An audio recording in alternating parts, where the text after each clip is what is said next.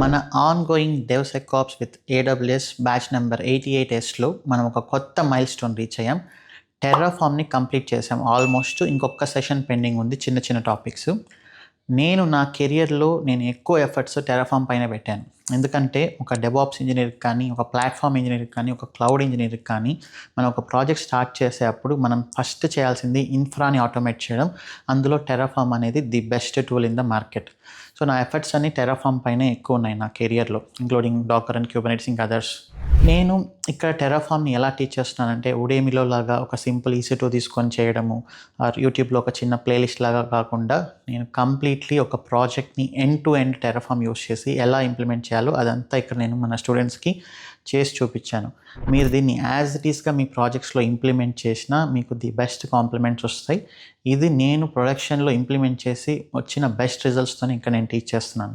ఇక్కడ variables, data types, conditions, loops, functions వీటితో పాటు data sources, provisioners, outputs, locals, Terraform use చేసి multiple ఎన్విరాన్మెంట్స్‌లో ఎలా మనం ఇన్ఫ్రాని ఆటోమేట్ చేయాలి ఇవంతా మనం స్టూడెంట్స్‌కి చేసి మరీ చూపించాం.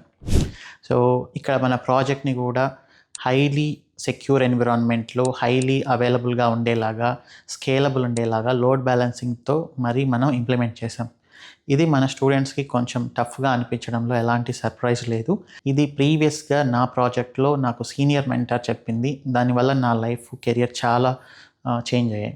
అదేంటి అంటే అతను ఏం చెప్పారంటే మన బ్రెయిన్ డిఫాల్ట్‌గా ఈజీగా ఉండే టాస్క్‌లను మాత్రమే సెలెక్ట్ చేసుకుంటుంది.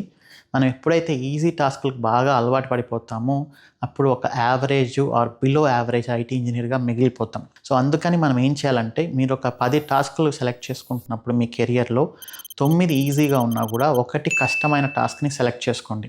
ఆ కష్టమైన టాస్క్‌ని స్టార్ట్ చేయడం చాలా కష్టం. ఒకవేళ స్టార్ట్ చేసినా కూడా మధ్యలో వదిలేయాలనిపిస్తుంది. బట్ మీరు ఎలాగోలా స్టార్ట్ చేసి వదిలేయకుండా ఒక 1 మంత్ గాని మీరు దాన్ని పట్టుబట్టితే ఆ 1 మంత్‌లో మీకు ఆ టాస్క్ అనేది ఈజీ అయిపోతుంది. ఒక కష్టమైన టాస్క్‌ని ఎప్పుడైతే మనం పట్టుబట్టి సాధిస్తామో అప్పుడు దాని నుంచి వచ్చే కాన్ఫిడెన్స్ వేరే లెవెల్‌లో ఉంటుంది. ఇది నాకు నా సీనియర్ మెంటర్ లాస్ట్ టైం చెప్పింది. అది నేను ఇంప్లిమెంట్ చేశాను. ద బెస్ట్ రిజల్ట్స్ వచ్చాయి. మీరు కూడా ఇంప్లిమెంట్ చేయండి. టెర్రాఫార్మ్ కష్టం అని ఫీల్ అవ్వద్దు. Because we are all here. మేము బాగా సపోర్ట్ ఇస్తాము. ది బెస్ట్‌గా టీచ్ చేసాము. మీకు ఎక్కడ ఎలాంటి ప్రాబ్లమ్ వచ్చినా వీఆర్ రెడీ టు సాల్వ్. మీరు పట్టుబట్టి టెర్రాఫార్మ్‌ని సాధించండి. ట్రస్ట్ మీ, ఇంటర్వ్యూస్‌లో మీ పర్ఫార్మెన్స్ అనేది ఒక రాక్ స్టార్ లెవెల్‌లో ఉంటుంది. ప్రాజెక్ట్స్‌లో కూడా మీకు ది బెస్ట్ కాంప్లిమెంట్స్ వస్తాయి. కష్టమని మాత్రం వదిలేయద్దు. Thank you for watching. See you in our next video.